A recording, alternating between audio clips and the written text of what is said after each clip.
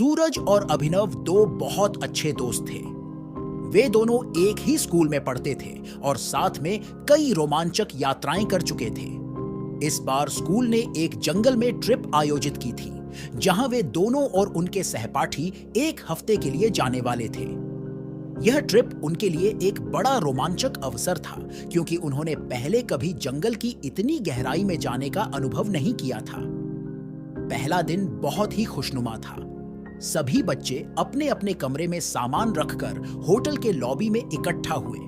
Hotel का नाम जंगल retreat था, जो चारों ओर से घने जंगल से घिरा हुआ था। होटल के मैनेजर ने सभी को जंगल में सुरक्षित रहने के कुछ नियम बताए।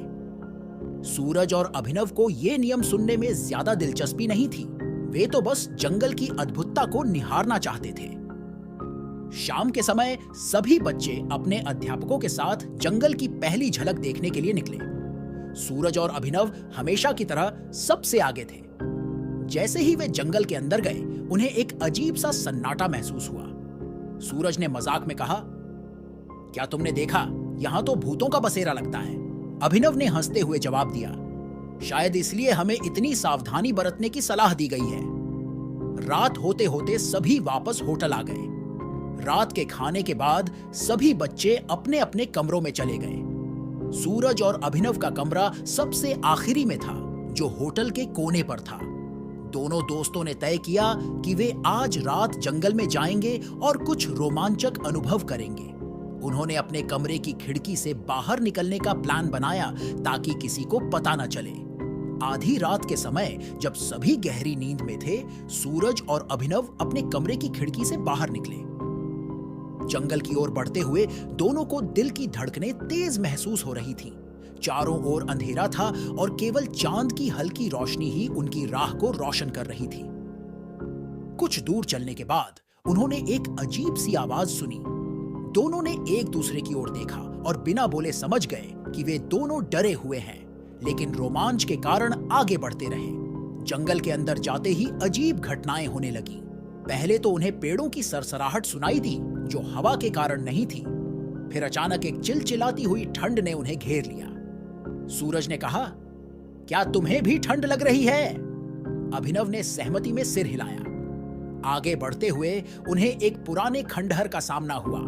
यह खंडहर बेहद भयानक दिख रहा था और ऐसा लग रहा था जैसे यहाँ वर्षों से कोई नहीं आया हो। सूरज और अभिनव ने खंडहर के अंदर जाने का फैसला किया। अंदर जाते ही उन्हें एक अजीब सी दुर्गंध महसूस हुई। अंदर का माहौल बेहद डरावना था। अचानक उन्हें किसी के चलने की आवाज सुनाई दी। दोनों ने एक साथ मुड़कर देखा, लेकिन वहां कोई नहीं था। तभी एक जोर की चीख सुनाई दी। सूरज ने तुरंत अपना टॉर्च जलाया, लेकिन वहां कुछ नहीं दिखा। अभिनव ने कहा, शायद हमें वापस चलना चाहिए। जैसे ही वे वापस जाने के लिए मुड़े, सूरज ने देखा कि अभिनव कहीं नहीं है। उसे विश्वास नहीं हुआ कि वह अकेला रह गया है। उसने चारों ओर देखा और अभिनव को आवाज दी, लेकिन कोई जवाब नहीं मिला। सूरज घबराहट में इधर उधर भागने लगा। उसने फिर से खंडहर के अंदर जाकर अभिनव को ढूंढने का प्रयास किया, लेकिन वह कहीं नहीं मिला। सूरज अब पूरी तरह से डर चुका था और समझ नहीं पा रहा था कि वह क्या करे। सूरज जब खंडहर से बाहर निकलने की कोशिश कर रहा था, तभी उसने एक अज्ञात व्यक्ति को खड़ा देखा। वह व्यक्ति सफेद कपड़ों में लिपटा हुआ था और उसके चेहरे पर कोई भाव नहीं था। सूरज ने डरते हुए पूछा, आप कौन हैं? उस व्यक्ति ने कोई जवाब नहीं दिया, बस उसकी ओर इशारा किया और गायब हो गया। सूरज ने उसकी दिशा में देखा तो उसे एक काले रंग का दरवाजा नजर आया, जो पहले वहां नहीं था।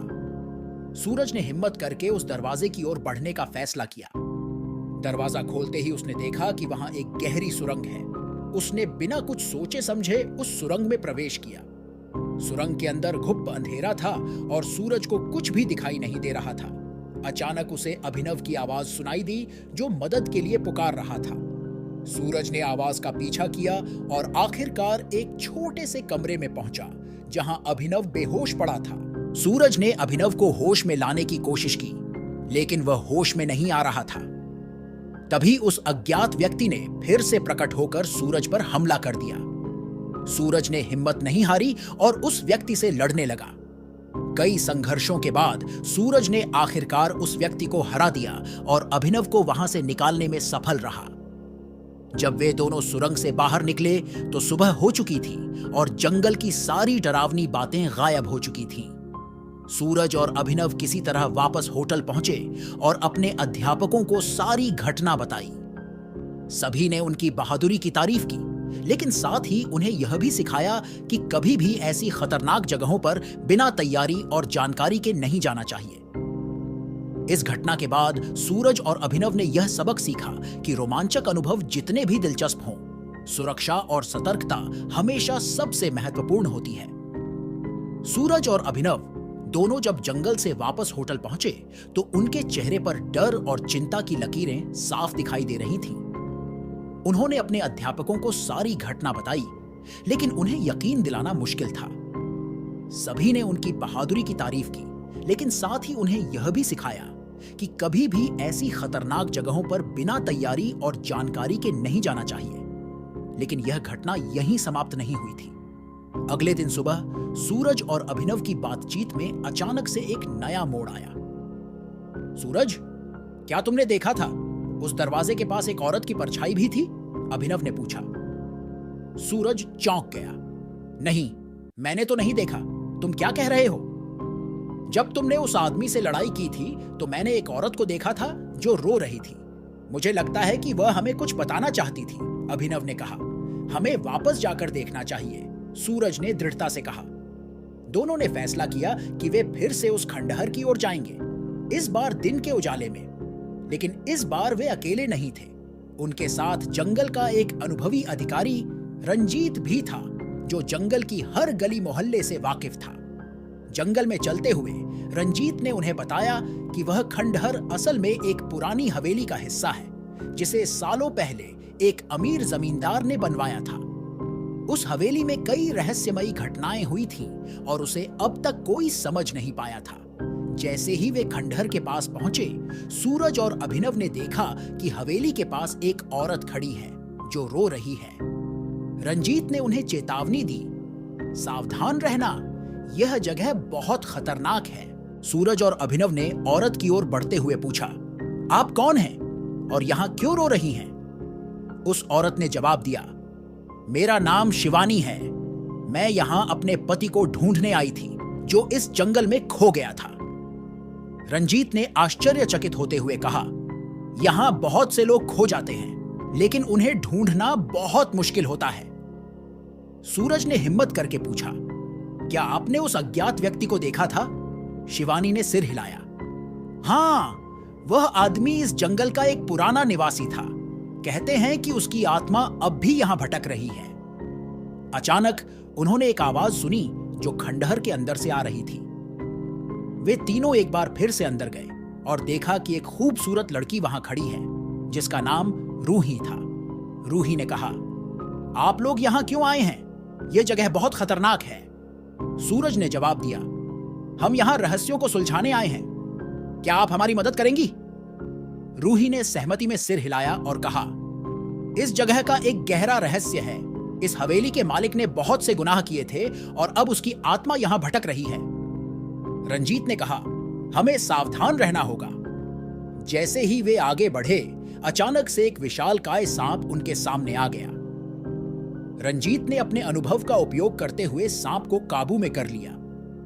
उन्होंने बताया कि यह सांप इस जगह की रक्षा करता है और केवल वही लोग यहां सुरक्षित रह सकते हैं जिनका इरादा साफ होता है।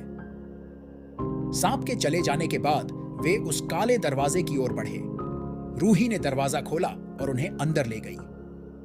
अंदर एक बड़ी सुरंग थी जो बहुत ही डरावनी थी। सुरंग के अंदर एक कमरे में एक पुरानी किताब मिली, जिसमें उस हवेली के मालिक के सारे गुनाहों का विवरण था। रंजीत ने कहा, यह किताब हमारे सवालों का जवाब देगी।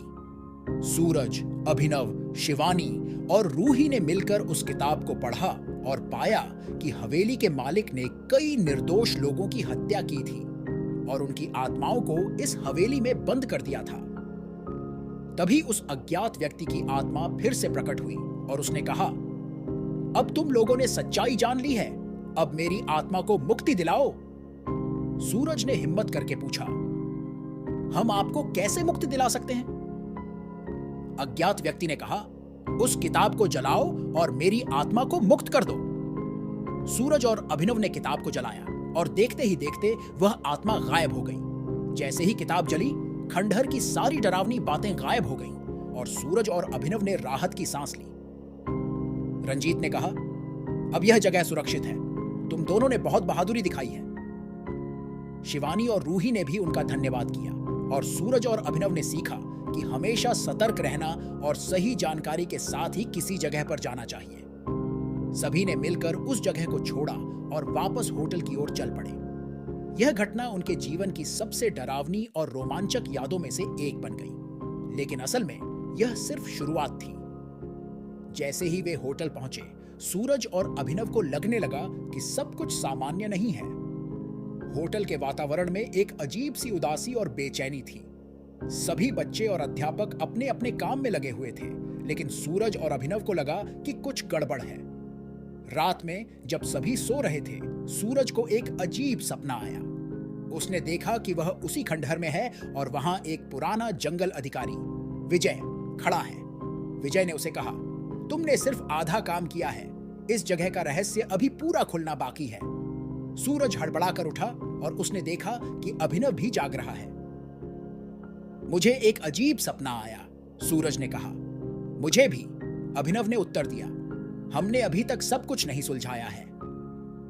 उन्होंने तुरंत फैसला किया कि वे विजय के बारे में पता करेंगे। सुबह होते ही वे रंजीत से मिले और उन्हें सपने के बारे में बताया। रंजीत ने कहा, विजय इस जंगल का सबसे बहादुर अधिकारी था, लेकिन वह कई साल पहले लापता हो गया था। उसकी कहानी बहुत रहस्यमयी है। सूरज और अभिनव ने विजय के बारे में और जानकारी जुटाने का निर्णय लिया। वे पुराने रिकॉर्ड्स और दस्तावेजों को खंगालने लगे। उन्हें पता चला कि विजय ने एक बार एक खतरनाक माफिया गैंग का सामना किया था, जो जंगल में अवैध गतिविधियों में लिप्त था। विजय ने उन्हें रोकने की कोशिश की थी, लेकिन वह अचानक गायब हो गया और फिर कभी नहीं मिला। रंजीत ने कहा, विजय का गायब होना एक बड़ा रहस्य है। हमें उसके बारे में और जानने की जरूरत है। सूरज और अभिनव ने रंजीत के साथ मिलकर विजय के पुराने साथियों और जंगल के निवासियों से पूछताछ की। उन्होंने पाया कि विजय एक बहुत ही ईमानदार और साहसी व्यक्ति था, जिसने जंगल की सुरक्षा के लिए अपनी जान की बाजी लगाई थी। एक दिन जब वे विजय की खोज में निकले थे, उन्हें जंगल के अंदर एक पुरानी डायरी मिली। उस डायरी में विजय ने अपने अनुभव और संघर्षों के बारे में लिखा था। डायरी पढ़ते ही उन्हें समझ में आया कि विजय ने माफिया गैंग के खिलाफ एक बड़ी लड़ाई लड़ी थी और उसे खंडहर में बंद कर दिया गया था। सूरज और अभिनव ने रंजीत के साथ मिलकर उस खंडहर की ओर वापस जाने का फैसला किया। इस बार उनके साथ शिवानी और रूही भी थीं। वे सभी मिलकर खंडहर के अंदर गए और उस जगह को खोजने लगे जहां विजय को बंद किया गया था। खंडहर के अंदर जाते ही उन्हें एक गुप्त दरवाजा मिला, जो पहले नजर नहीं आया था। उन्होंने दरवाजा खोला और अंदर गए। वहां एक कमरे में विजय बेहोश पड़ा था। उन्होंने उसे बाहर निकाला और पानी पिलाया। विजय ने धीरे धीरे आंखें खोली और उन्हें देखकर मुस्कुराया। तुम लोग कौन हो? विजय ने पूछा। सूरज ने जवाब दिया, हम आपके बारे में जानना चाहते थे। हमने आपकी डायरी पढ़ी और आपके संघर्ष के बारे में जाना। विजय ने कहा, तुम लोगों ने मुझे बचा लिया। मैं कई सालों से यहां फंसा हुआ था। अब मुझे मुक्ति मिली है। रंजीत, सूरज, अभिनव, शिवानी और रूही ने मिलकर एक नई खोजबीन की योजना बनाई। उन्होंने जंगल के पुराने नक्शों का अध्ययन किया और उन जगहों को चिन्हित किया जो अभी तक अज्ञात थे। उन्होंने तय किया कि वे एक बार फिर से रात के समय जंगल में जाएंगे, जब सब कुछ शांत हो जाएगा और उन्हें स्पष्ट दृष्टिकोण मिलेगा। रात होते ही वे सभी अपने उपकरणों के साथ जंगल में प्रवेश कर गए। सूरज और अभिनव ने अपने टॉर्च जलाए और जंगल की गहराई में कदम रखा। चारों ओर सन्नाटा था, केवल हवा की सरसराहट और जंगल की अजीब आवाजें सुनाई दे रही थीं। जंगल के अंदर चलते हुए उन्होंने अचानक एक छाया देखी। यह वही औरत थी जिसे उन्होंने पहले खंडहर के पास देखा था, लेकिन इस बार वह और भी स्पष्ट थी। औरत ने उन्हें इशारा किया और एक दिशा में चल पड़ी। वे सभी उसके पीछे पीछे चलने लगे। कुछ दूर चलने के बाद वे एक प्राचीन मंदिर के खंडहरों के पास पहुंचे। मंदिर का वातावरण बहुत ही डरावना था। चारों ओर पुरानी मूर्तियां और टूटी हुई दीवारें थीं। औरत ने मंदिर के अंदर जाने का इशारा किया। मंदिर के अंदर जाते ही उन्हें एक गुप्त तहखाना मिला। तहखाने में कई पुराने दस्तावेज और सामान बिखरे पड़े थे। सूरज ने एक पुरानी किताब उठाई और उसे पढ़ने लगा। किताब में लिखा था कि इस मंदिर में एक प्राचीन खजाना छुपा हुआ था, जिसे इस जंगल के माफिया ने कब्जे में कर लिया था। विजय और दूसरे कई लोग इस खजाने की खोज में मारे गए थे। रंजीत ने कहा, अब हमें समझ में आया कि विजय क्यों लापता हुआ था। वह इस खजाने की खोज में था और माफिया ने उसे पकड़ लिया था।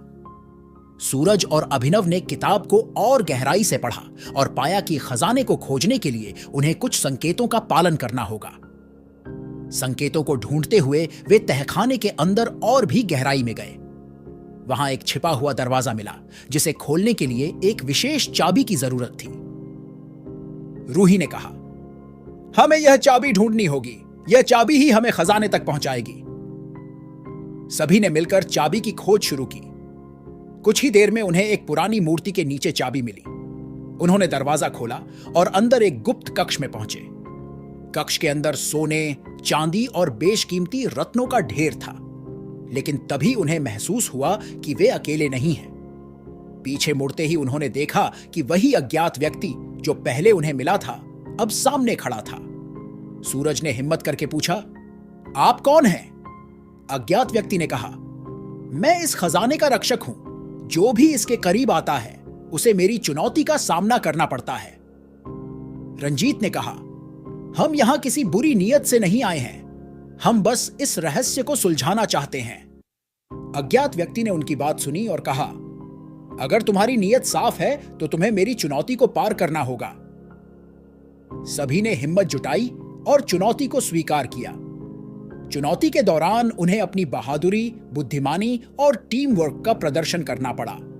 अंततः वे सभी चुनौतियों को पार करने में सफल रहे। अज्ञात व्यक्ति ने मुस्कुराते हुए कहा, तुमने साबित कर दिया कि तुम योग्य हो। अब यह खजाना तुम्हारा है। सूरज और अभिनव ने कहा, हम इस खजाने को वापस जंगल के संरक्षण और स्थानीय लोगों की भलाई के लिए उपयोग करेंगे। अज्ञात व्यक्ति ने संतोषजनक मुस्कान के साथ उन्हें आशीर्वाद दिया और धीरे धीरे गायब हो गया। उन्होंने खजाने को उठाया और वापस होटल लौटे। वहां उन्होंने खजाने को रंजीत और स्थानीय प्रशासन को सौंप दिया। यह खजाना जंगल के संरक्षण और विकास के लिए उपयोग में लाया गया।